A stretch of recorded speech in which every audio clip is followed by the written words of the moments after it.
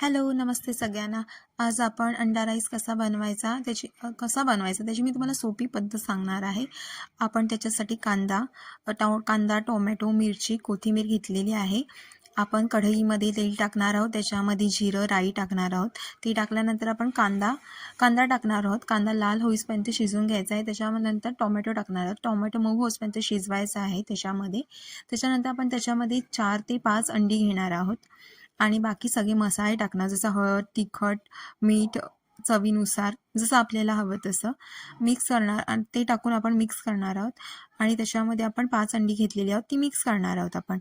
ती मिक्स झाल्यानंतर मी बाजूला राईस शिजून घेतलेला आहे. तो राईस शिजून घेतलेला आहे, बासमती राईस आहे. आणि त्याच्यामध्ये मग हे आपलं सगळं मिश्रण तयार झाल्यानंतर त्याच्यामध्ये मिक्स करणार आहे मी. मिक्स करून झाल्यानंतर त्याच्यामध्ये थोडीशी कोथिंबीर टाकणार आहे वरून.